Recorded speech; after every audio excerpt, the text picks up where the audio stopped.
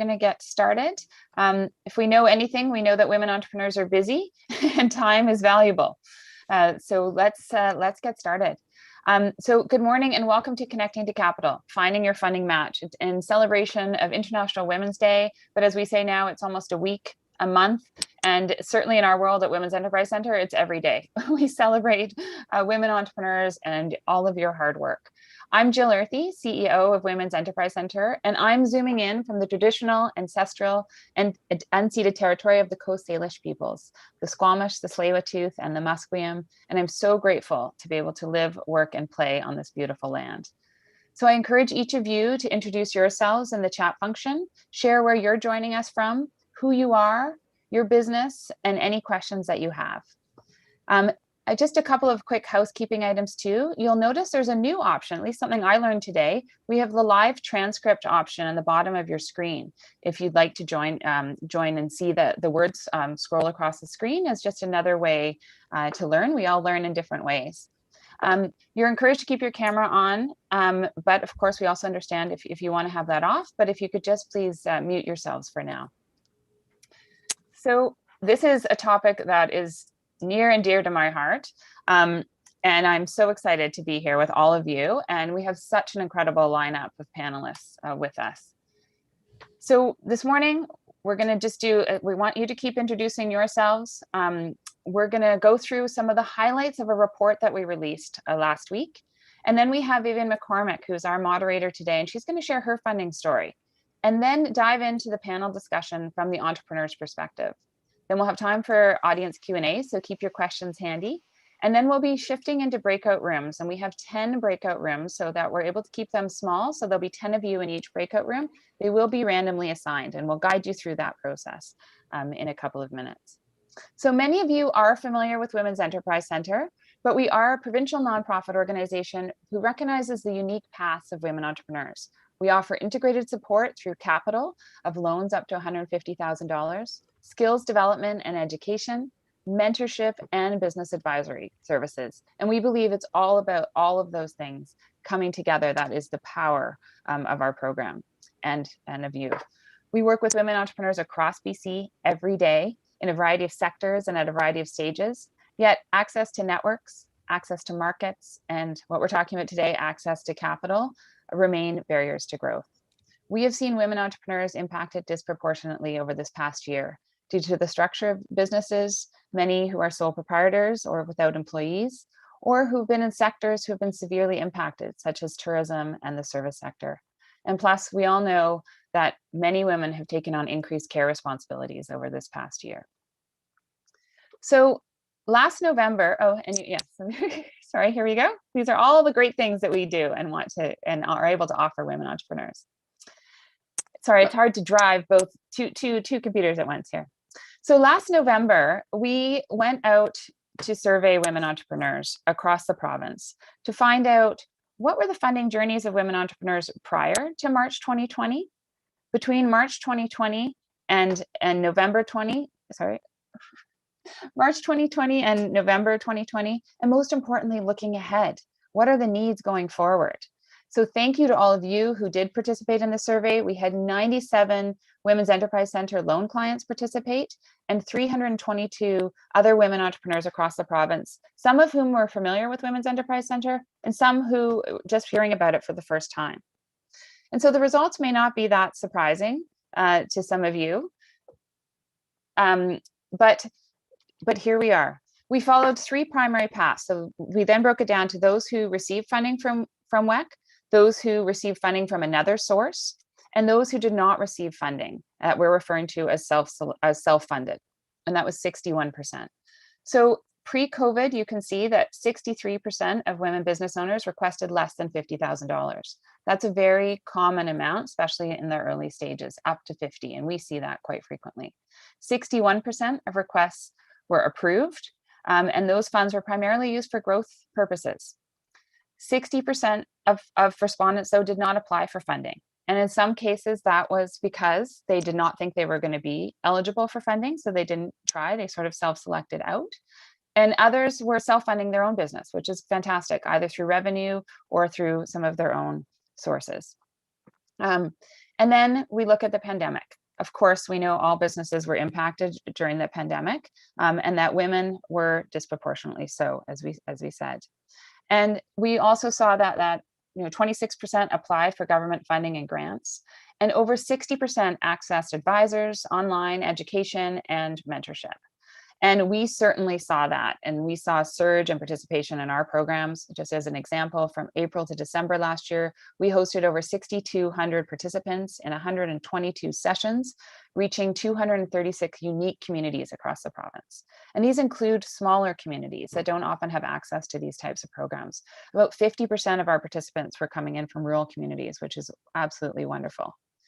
And then as entrepreneurs struggle to make decisions and navigate the many government programs, our business advisors held almost 2,000 advisory appointments with over 1,000 unique clients. And then there's our client service team, who responded to over 5,000 requests for information. And we know there was so much information coming out there as entrepreneurs were navigating the different resources. But then looking ahead, this is so heartwarming. 91% of our respondents are optimistic about the future, but 77% anticipate needing funding. And participants also indicated that need for a holistic and integrated approach with capital. But what we're here to talk about today, of course, is that a number of these women don't feel like the current funding models fit their needs. So we're going to dive into that a little bit more. So who's here today? We also, some have asked a lot of our participants today to identify who they are. 49% identify with inclusive groups, which is incredible. We see a variety of industries represented. Many of you have been in business for under 5 years, and about 80% of you have not accessed financing. So we're here to demystify the process, or as we say, humanize it, so you can understand what options are available and how they fit for you. And most of you are looking for under $250,000 and are looking to need financing in the next 12 months. We're looking at a variety of funding sources, and we have a panel of experts here today, and with a goal of understanding the different types of financing, how to apply, and then of course to connect with funders. So just quickly, some of the key takeaways. So your demographics and how you've shown up for us today is very similar to what we found in our report. Small loans do make a big difference, that critical bit of capital early on. Also that early stage capital and building the relationship with the lending ecosystem early on is really going to set entrepreneurs up for success as to go along the path. We heard loud and clear that the current application process for a lot of traditional funders needs to shift and adapt and become a little bit more simple, but there is a lot of information, of course, that funders do need. So there's the balance there. We also heard, of course, that support along the way at each step of the funding journey absolutely increases chances of success. And that we need more models that are more inclusive, more aligned with different types of growth paths. Then that's going to increase more access to more women entrepreneurs. And that about 1/3 of respondents' requests from non-WEC funding in the past 3 years were declined. And so looking at what is the criteria, the lending criteria, and how can we redefine what that looks like to encourage, and support more diverse entrepreneurs to apply. But again, that growth mindset is so strong. And often we hear that women are risk adverse. And we like to talk about women being risk astute, right? Doing the research, growing at maybe a slower, steadier pace, which is actually a really great growth path. And so we are thrilled that growth mindset is strong, and that entrepreneurs are going to be seeking funding to grow their business over the next many months. So we're now going to shift this panel discussion to learn more about different types of funding they offer.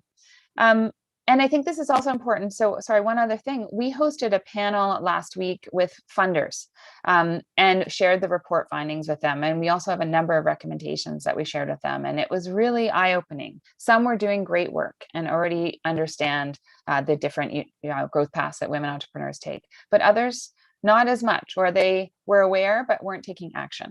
And so that is one of our other goals with this report, is to support the funders as they adapt.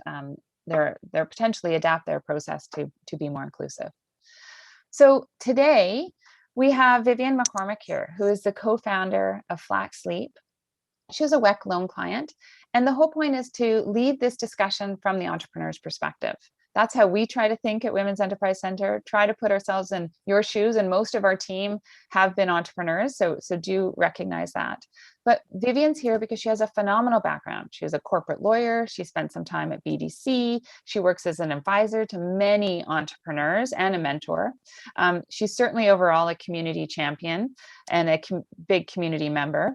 And it's interesting because even with all of your knowledge of the ups and downs of entrepreneurship, you dove in and here you are finding a business with two other amazing women. And you started Flax Leap in 2017. And through your journey, you've accessed a variety of sources of capital. So we're thrilled to have you here guiding the discussion. And first, just love for you to share a bit about your story and then introduce the panelists. Over to you, Vivian. Thank you, Jill. Thank you to WEC for having me come and facilitate this amazing panel. I think it's so important to share, entrepreneur stories, but also to really put forward lenders and funders who are going to support you as entrepreneurs, not just with money, because I think what we know is that even if women are not accessing it at the rates perhaps that their male counterparts are, that there's a lot of money available out there. It just needs to be accessed in a way that makes sense to you. And so I think it's really important to have these discussions. I'm going to tell a really quick little story about what I and what we at Flax Leap have done since 2017. I actually, my last corporate role was with BDC as their in-house counsel. And when I left there, I wanted to support entrepreneurs. I thought about wanting to do that less from behind the lending lens and more directly with the entrepreneurs. And so this is actually really fun full circle for me. So I didn't start out with the view to I didn't leave my corporate job to run a business, to be an entrepreneur. I took on this adventure with my two co-founders, partly because I thought it would be really important to understand your journeys from beginning to end if I did it myself. And 3 and a bit years later, we are really in it. So I don't get as much time as I would like to actually advise entrepreneurs because we're so busy running our business. As Jill mentioned, we started in 2017. We sought capital right from the get-go. So before we actually launched, we went and sought capital from a fantastic combination of Futurepreneur and the Women's Enterprise Center. And those programs, these joint loan programs are fantastic because for us, we were dealing with primarily one funder. And they did all of the due diligence and asked us the questions that needed to be asked. And then they were able to work with the other funder to ensure that they connected and got a combination of capital to us. So as Jill mentioned, a $50,000 loan from WEC is what we started with, along with a much smaller loan actually from Futurepreneur. And combined with that and a little bit of our capital from the three of us co-founders, we were able to put together the money to start our brand, build our website, buy some inventory, travel to our manufacturers halfway around the world to go and visit and make sure that we were happy with how they were working and how they were running their teams. We launched in 2018, and one of the sources of capital that we then started to rely on was revenue. And I think that's a really important one that we don't always think about when we think about the funding piece. That's one of the puzzles, is if you can bring in revenue, you can also probably turn that into putting it back into the business, turning that into more revenue, and then taking other sources of funding when that source alone is not enough to carry you through to the next level of growth. So that was what happened for us. We had revenue that we could put back into the business, but we also wanted to grow.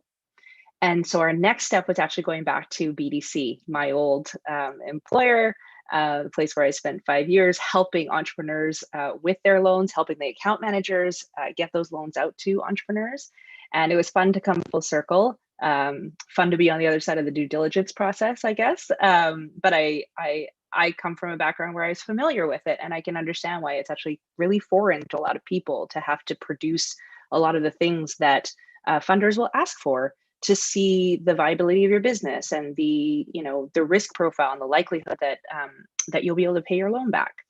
So 2 BDC loans later, we repaid our WEC loan, which was very exciting, a good accomplishment for us, and we've just continued growing from there. And I think we're really only part of the way through our journey. This is going to go on for a while, and I would say the next stage that we're at right now is watching for that point where debt financing can't keep up with the growth that we want, and then we'll think about other types of funding. So probably investment as opposed to taking debt. So that's my story, and I'm happy to talk with any of you more about it after this session today. But I really want to turn it over to this amazing panel that you get to listen to for the next little while and answer some questions that we put together for them. So I want to welcome them to our virtual stage. I'm going to introduce them just by name and what they do, and then I will ask them to take a minute to introduce themselves. So first we have Melanie Rupp, Director of Loans and Business Advisory at Women's Enterprise Center. Melanie. Well, thank you, Vivian, and thanks for your story. I mean, there's just so many great gems of information in there, and such good for other entrepreneurs to see the path that you traveled. So I'm really pleased to be on this panel. I'm Melanie Rupp, working with Women's Enterprise Center for the last 2.5 years, leading the amazing team of business advisors, loan assessors, client services, and outreach team members. Prior to coming to Women's Enterprise Center, I was actually a commercial lender at the traditional bank many, many years ago, and left that to be a business advisor to women entrepreneurs. And more recently, I've started investing in companies at an early stage through Women's Equity Lab with Irene. Thanks, Melanie. That's great. Next, we have Tricia Chio, who's a senior account manager at BDC. Hello, everybody. Very excited to be here today. My name is Tricia Chio. I've been with BDC for about 11 years now, supporting entrepreneurs and passionate about supporting specifically women entrepreneurs and social purpose businesses as well. I have over 28 years in experience in financing and also advisory. We support businesses from the startup stage to the growth, domestic and into international expansion as well. And we can provide funding for any aspect that is related to your business. Thanks, Tricia. I'd like to now invite Tara Lamond, a small business advisor at Vancity, to join us. Hi, Tara. Hi, good morning, everyone. So great to be here today. So my name is Tara Lamond. I work at Vancity Credit Union. We're a local credit union here in BC. And as many of you know, we're a very progressive organization, and we're always looking to be a differentiator in really meeting our community needs. And I'm super excited to be here today just because one of my passions is women entrepreneurs. So in my role, I'm a small business advisor, and I help businesses provide financing for startup stage growth, cash flow lending. And we came out with a new program called our Unity Women Entrepreneurship Loan Program, which I'm sure many of you have seen our advertising for. I've been part of the launch from the very beginning and a part of the conversation and the redesign of it. So I'm really excited to be here and share more information about it. So yeah, thank you, everyone. Thanks, Tara. And last but not least, we have an angel investor, Irene Dorsman. She is the CEO of Angel Forum and also the co-founder and general partner of Women's Equity Lab. Yeah, thank you so much, Vivian. Thank you all for having me. It's I think these are very exciting times. If we do this well, we can really make a difference, and I really hope to be part of that as well. I came to Canada 20 years ago by way of Asia and many other places, and basically started from scratch. I didn't know anyone, but we started working with early stage high-tech companies mainly. And that sort of developed into becoming investors and working with entrepreneurs to basically make their business successful. Long story short, that led to me taking on Angel Forum like 2.5 years ago. And what Angel Forum does is it's a group of investors, private investors, more than 80, And we introduce them to early stage deals or entrepreneurs for investment. And keep in mind, these are private people making investments in companies because they believe in the entrepreneur, they believe in what the company wants to accomplish. And very often we find that these investors basically provide that sort of support that entrepreneurs do need. So that's what I fill my day with mostly. And on top of that, because we strongly felt that women funders were not present in angel forum to the extent that I would like to see, we started and got involved with Women's Equity Lab with Melanie and with Julie, who you will see later.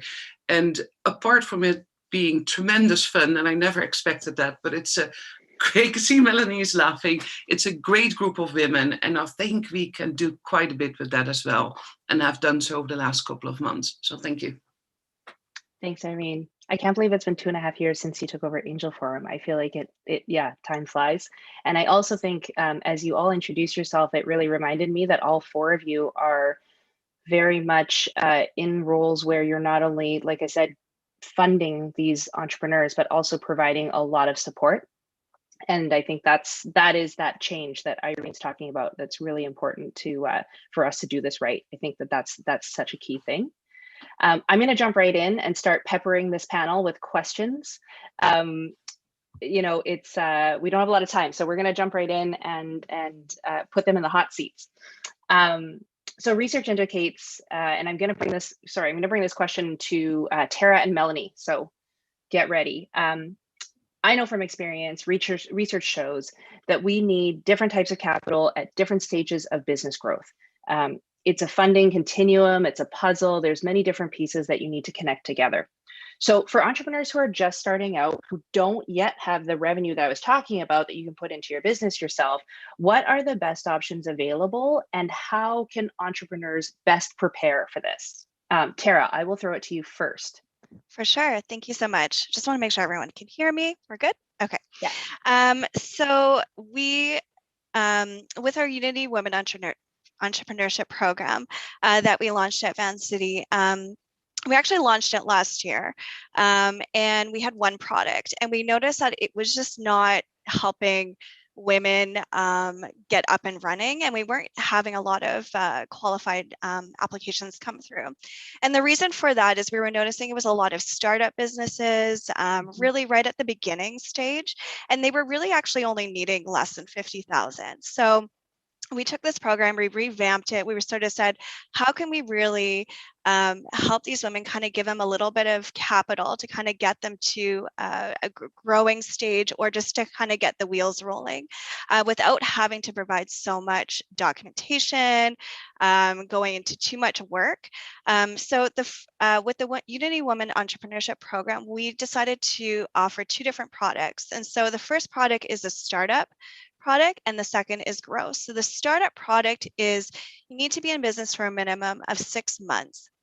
And why we did it that way is we just want to see you have your business registered, it's up and running. And the reason too is the amounts that we're offering under the specific program is a little bit larger than, say, a usual sort of onboarding product. So what we're offering is up to $20,000 line of credit. And why we did line of credit is because it's a great way to have access to capital. You don't need to use it right away. It's there for you. And the only requirement really is you open an account at Vancity, and you need to be a minimum of 6 months in business. So that would mean registered with BC Online or have a business number. And it's really based on your credit bureau. So we're looking at your credit score. So there's 3 tiers, so depending on your credit score. So there's 10,000 that we can offer you, 15,000 or 20,000. And we've also added in interest-free, so 0 payments for 6 months on your line of credit if you happen to use it. And we're waiving the monthly fee for the usual operating line for 12 months. So just to kind of add in some extra savings for our women entrepreneurs, giving you some access to capital right away, and then you're able to then grow into possibly applying for the growth stage portion or any of our other products we have to offer at Vancity for startup. Another option is our microloan program, which I won't go into too much detail, but that is also another option for startup businesses, which is you can get up to 50,000 under that one. Yeah, so it's pretty exciting. And the reason why we came up with these products is we actually heard from our women entrepreneurs in our community, and we really were trying to say, okay, how can we sort of reduce risk, provide some capital, and make it a little bit easier to get access to funds right away. So individual credit score is sort of what gets relied upon if you haven't really, I mean, as long as you've registered your business, but let's say the revenue is not flying in right at the outset. So individual credit score is what you would rely on for that particular loan product. Yeah. Okay, fantastic. And I just want to kind of dive into that a little bit because there is a stat out there that says women's credit is usually better than men. And I actually have noticed that it's not the case sometimes. And so I don't want that to discourage you as a woman entrepreneur. Have the conversation with us, a lot of these financial institutions, you can get your credit report for free so you can have an idea of where you're at. But let's have a conversation. We're not going to say no right off the bat. We want to help you. So being transparent, being honest, letting us know what has happened to your credit, the why behind it, and we're willing to work within that gray area for you. Because we are noticing a lot of women are getting declined, and we don't want that to happen anymore. So we, and I know Jill mentioned at the beginning, put your questions in the chat. I'm going to move it to Melanie. And so there is a question already that's come in, but let's make sure we come back to those at about 9:40, 9:45 when we finish with our the questions we planned. But thank you for that, starting off with that, Tara, and I'll throw it over to Melanie now. Yeah, Tara made so many good points, and I'll just build upon that. So great. Where Vancity requires a minimum of 6 months operations at Women's Enterprise Center, we have a loan program that supports businesses that haven't yet started generating revenue. So our core loan program, we call it our core loan program because we've had it around for 25 years. We can provide loans up to 150,000. We have equity requirements, which is the money that you invest in the business. And we have security requirements, which is the collateral that you provide to support that loan up to 150,000. We have another program, which we've also had around, I think, since about 2013, 14, which is our Equal Access to Capital. And that is a loan up to 50,000 that doesn't require any collateral. Still requires your own investment, the minimum equity of 25%. We also rely on the credit score, and we look for a minimum credit score of 650, which is considered good. The credit scores, I think, go up over 800. So at 650, it's a good credit score. You can go to equifax.ca and request your credit score. And I did it last night, and it was very easy to do it online, and it was immediate. But also to Tara's point, we're flexible. So the number one thing is to build a relationship with the lender. You can talk to multiple lenders to see what they have available and what might be a fit for you. Our product is a term loan. Typically, it's a 5-year term loan, so 60 months. We can do up to 6 months of interest-only payments, and then after that, there's principal and interest payments. And because it's a term loan, it's very important that your business is ready to start generating revenue once you get the funding, because there's that requirement to start making your interest payments plus your principal and interest payments.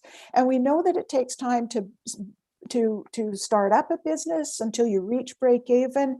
So we really look closely at your business plan and your cash flow projections. Those are required to apply for a loan with us. And we do a very thorough due diligence because we want to make sure that you're set up for success. And what we do differently is if we're not able to provide the financing, we'll explain to you the reason why not. And that doesn't mean that your dream is dead. It just means you may need to make some adjustments in how you move forward with your business. So often a bank will say, well, you don't have enough equity. And we might say the same thing. You don't have enough equity in your business. So that makes it higher risk. Well, look at scaling back how much financing you need to the amount of equity that you have available, and start off more slowly, but still start and move forward, get your business going, and then come back and get financing, as Vivian did in her business. She did several rounds of financing. So don't go for the home run in step one. Start smaller to get that machine. I call a business a well-oiled machine. Get it going. You're so right. And then come back.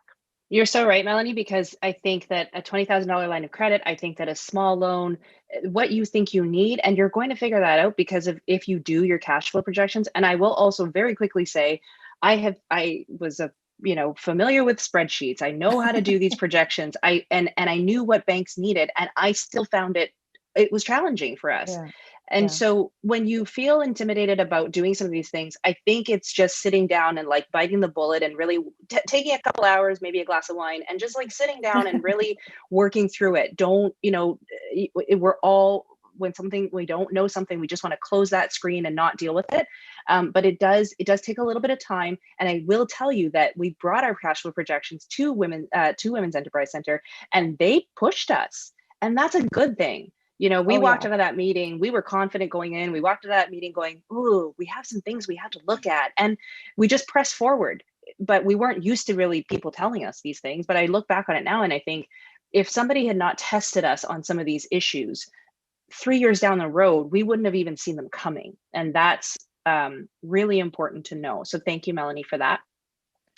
If entrepreneurs, Tricia and Irene, this is for you.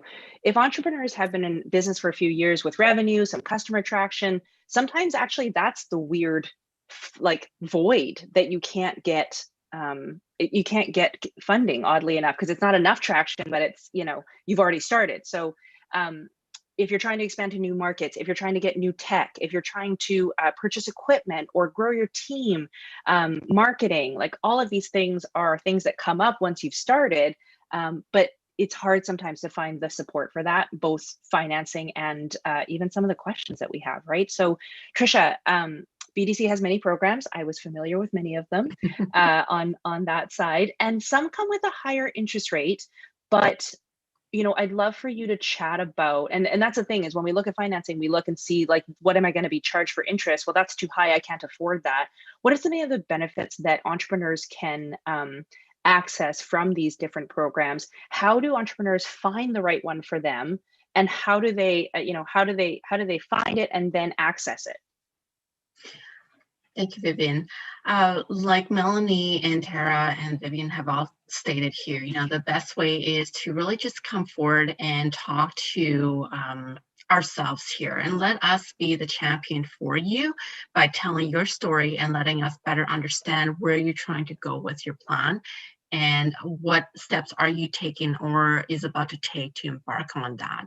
And from there, we're able to then look at our program, look at our partners program with Women Enterprise Center, with Vancity, with Futurepreneur, wherever all those funding sources are, and then give you those options. Okay, well, if you do this, this is the requirement here. Go talk to them a little bit about that. Here's the requirements for BDC.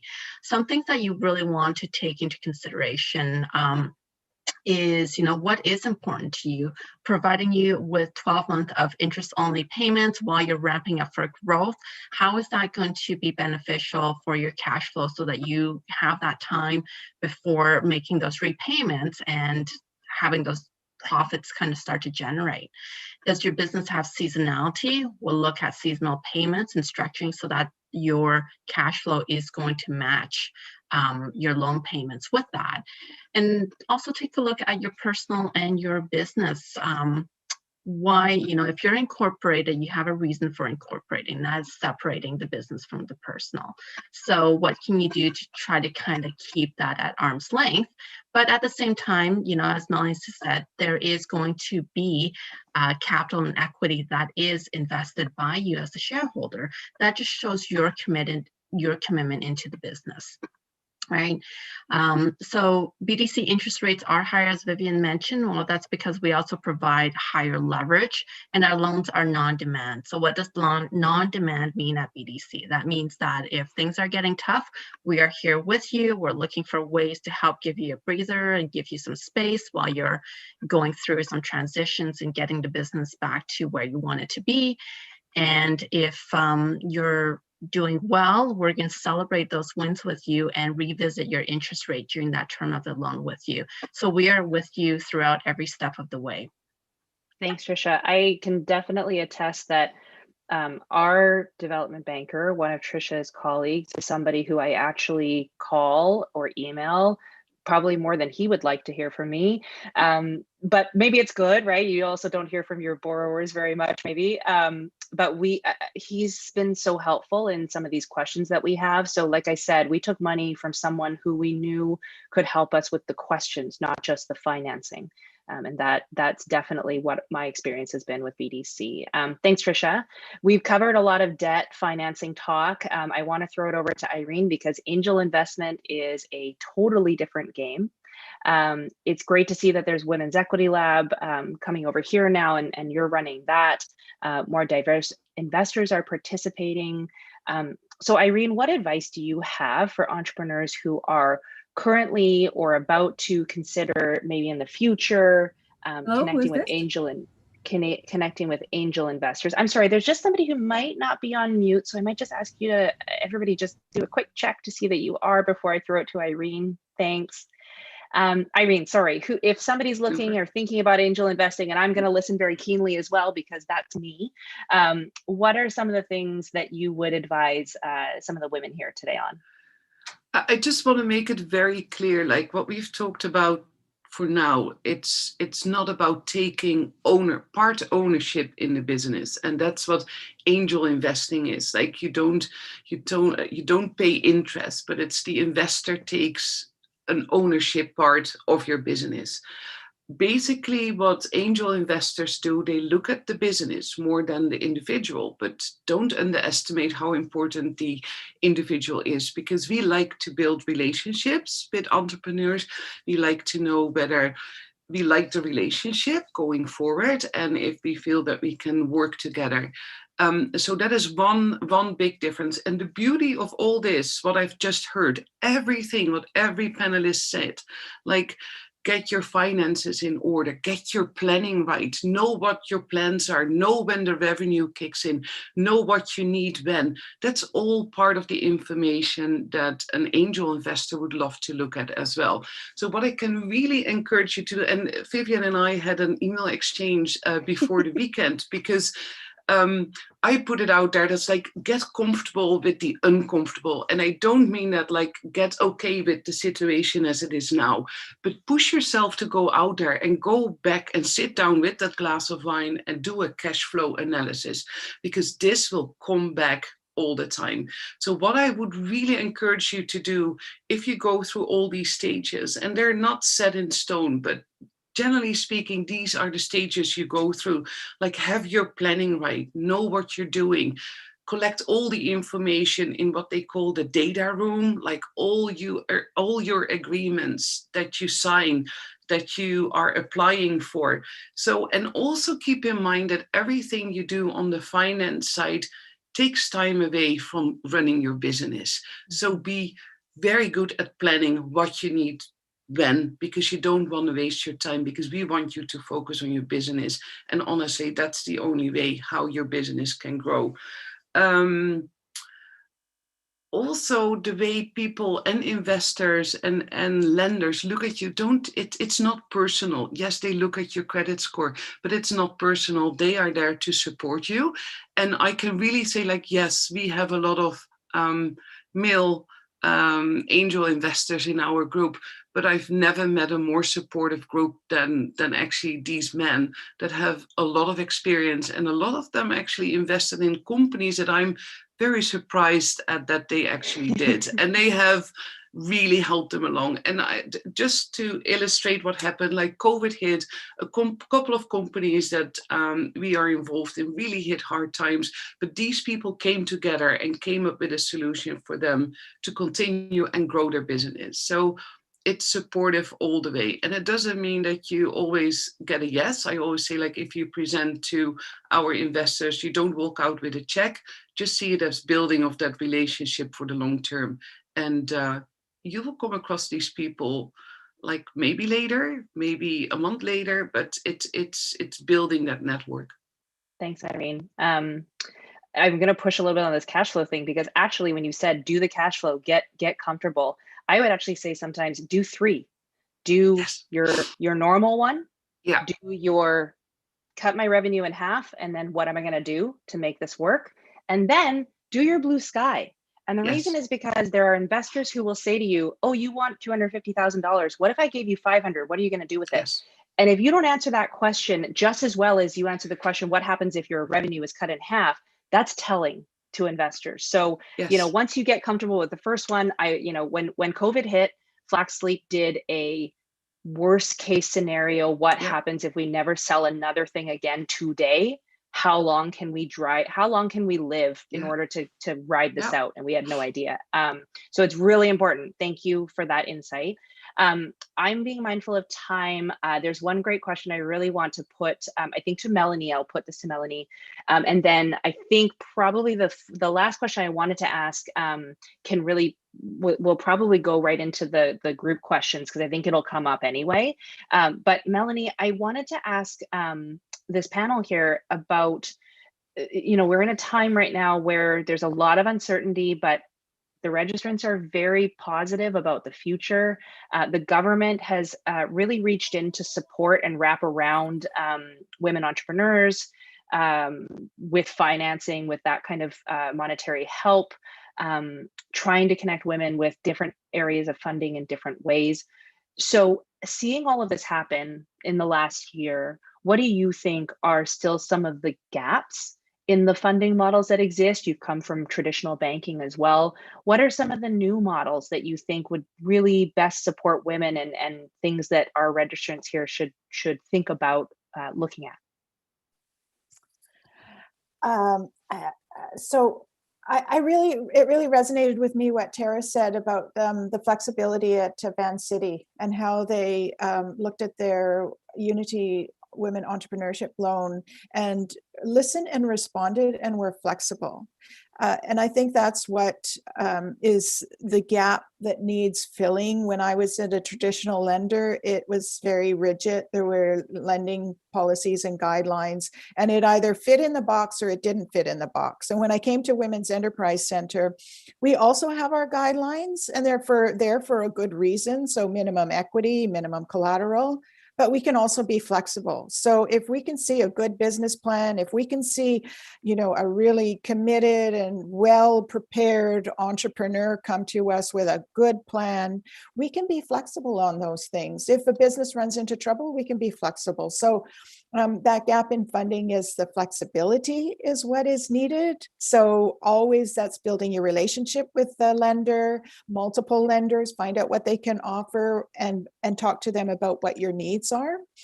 In terms of the government support, I want to say there was a big gap in the funding for startup businesses. So emergency funding businesses started in 2018 and 2019. And I know that's been so difficult for both men and female, men and women entrepreneurs. And that's where our regular loan program came in. So if you need support, then looking at a regular loan program and regular funding has been needing to fill the gap, but it's been really difficult in that area.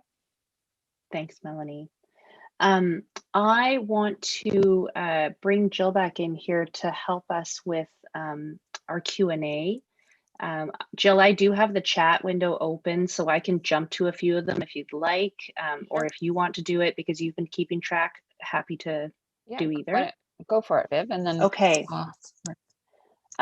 Credit score questions were the first one that came out, understandably, because that's one of the first things we were chatting about. I'm just scrolling back up to my chat here. It might jump around a bit, so bear with me for a second. Wrapping in a couple questions at a time, Tara, what is, I think Melanie also touched on it too, what's considered a good credit score for the minimum $10,000 loan? And some people are seeing differences between Equifax and TransUnion because addresses in rural areas get mixed up.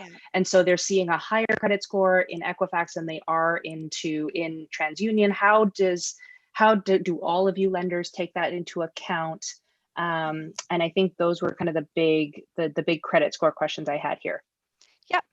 So the minimum is 680. And then for the highest amount to get the 20,000, you need a minimum of 750. And so 100% we recognize TransUnion, Equifax are totally different sometimes.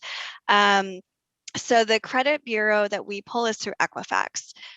Like I said, if there are discrepancies on your credit bureau that we see, and we're able to mitigate them and work with you, we're willing to make exceptions if need be, and try and get you as much as we can. So, just, having those conversations is huge. Yeah, somebody said in the chat, I think it was one of Tricia's colleagues, that this is all about building relationships and doing so early. Somebody, I'm going to screw up the saying, but like, basically don't go for money when you need it, go for money long before you need it, because it does take a long time. And I think it's a business relationship that you're growing with your banker, and same with investors, as Irene touched on. I think treating these different sources as the same as you would your customers, right? Building that relationship from the get-go and it's going to take some time for everybody to come down the funnel. So a question about, this is actually commercial space. So is it possible to receive a loan for a portion of the down payment required to purchase commercial space? And then related to that, is getting a loan to purchase property that enables the business something an investor will think is better security or worse? So first portion, I'll maybe send to the debt financing team. Is getting a loan to purchase property, is it possible to get a loan for the down payment to purchase a commercial space? Who, maybe just give me a show of hands if somebody wants to take that jump right in. Tricia? That depends on what stage of the business you're at here. If you're at a startup stage, then you're going to have to put in your equity. So if you're going to borrow your down payment, then you really don't have equity. And that's not going to go very far, because you're still going to have to debt service that borrowed money. Now, if you're an existing business and you're growing and you need space, BDC can provide high leverage financing. Generally, we're going to say the sweet spot is about 80% financing of your purchase and renovation costs. However, if your business is actually very strong, we can get up to 100% financing on those. Okay, thank you. That's a great answer. And I think maybe Irene might want to touch on perhaps how investors can help out with the down payment part of it, the equity part of it, but maybe also answer the question of, if somebody gets a loan to purchase property, is that something an investor would look at favorably or not favorably? Well, investors would like the money they put in to be used for growing the business, literally. And I think paying off debt is not part of their perception of growing the business. That's in short my answer. Yeah, I think what maybe to add on that is that perhaps if somebody has used a loan and has been able to get through that process, put some of their own equity in, used a loan to purchase property, investors might look at that as a good thing, because they're thinking, okay, you've used financing for the thing you should use financing for, right? Long amortized, buy property, and now we're going to put money in to help the business grow. Yeah, that's a sign of a smart entrepreneur. And that's what investors would love to see. And also the dedication, right? And just when, and investors are not out there to basically minimize the entrepreneur's ownership of the business. On the contrary, it needs to be a fine balance of enough motivation, of enough ownership to make a go of it, versus the risk that a private investor takes from taking part in the company. Fantastic, thank you. Viv, I just wanted to jump in. There's just a couple of people asking for contact information and resources. So it's our intention in our follow-up email that will go out before tomorrow morning. We will share the contact information of our panelists, the specific programs we've referenced, as well as other. We are tracking the questions so that we can see the themes and make sure we are providing additional information. I see a couple of comments around specific programs for women of color and in the BIPOC community. And Women Enterprise Center, we do have specific programs for immigrant women, Indigenous women, and we are working in partnership right now with a couple of the Black Entrepreneurs Associations, which is amazing. And the federal government, of course, has a new initiative, and we can share the link out to that as well. Awesome. So, thank you, Jill. Yeah, and then one other thing, I just wanted to make sure Melanie had a chance to talk about the regional relief and recovery loans great. while we're all together. Yeah, I just Yeah. want to share a Regional Relief and Recovery Fund loan is emergency financing available for those businesses that don't qualify for the Canada Emergency Business Account. The terms and the benefits of the Regional Relief and Recovery Fund loan mirror CEBA. So up to $60,000 to cover non-deferrable expenses and retooling expenses. There's an application form. It is for businesses that were financially healthy prior to COVID. So we looked at the business was profitable prior to COVID in order to qualify. And the deadline for applications is March 31st. So coming up very quickly, don't wait till the deadline, because if your application is incomplete, you may miss out. But all the information is available on our website. Awesome. Thanks, Melanie. This is a very interesting question from somebody who's asking if these types of funding are just for profit-driven companies, profit-making companies, or are there funding options for nonprofits as well? And recognizing this there may be some resources that you could point people to if they're doing nonprofit work. Yeah, at Vancity, we do offer financing for not-for-profit sectors. So we are including not-for-profits under the Unity Women Entrepreneurship Loan Program. Sorry, awesome. It's quite a mouthful. Yeah, so no, like that's definitely come to us, and we'll put you in touch with the right individual to explore that with you. Okay, fantastic. Thank you, Tara. I'm just scanning here, and I wanted to, so there have been a couple questions about BIPOC, and Jill, you did say you're going to send that out in email? Yeah, absolutely. Okay. Yeah, can I just touch on that as well? Yeah, so sure. Vancity will be involved as well with the Black Entrepreneurship Program as well. So I'm not sure when it's going to be launching, but it will be coming out soon. We're just trying to figure out the details with regards to that. So Vancity will be a part of it as well. I think it's May 2021 that the specific loan program will be coming out. And so I just sent Sabrina the information, but we'll include it in the chat. Thank you. Good. Great. All right. As I scan down a little farther here. Oh, Tara, what for the for this loan program, what does a growth stage loan look like, and kind of how do you fall into that group? Yeah, so the growth stage, you need to have a minimum of 12 months being operational as a business. And the amount that we can finance up to is $100,000. What's really exciting about this loan is the rate is really competitive. So it's at prime plus 1.5, whereas a lot of the loans out there are usually at prime plus 3 or prime plus 4. And what's also really nice about this program is we are doing either interest-only payments for the first 6 months or principal only. So we're really trying to reduce costs for our women entrepreneurs, and we're waiving any fees that are involved. A part of this program or this specific loan as well, we do ask for you to do projections and cash flow analysis. So if you notice there's a theme going on here, we're like cash flow, cash flow, cash flow. And this is the conversation I've had with a lot of the women entrepreneurs that have applied through the program. I asked them the first thing, have you done a cash flow analysis before? No. Okay, well, that's something I want you to get working on right away, and especially if you are already in business.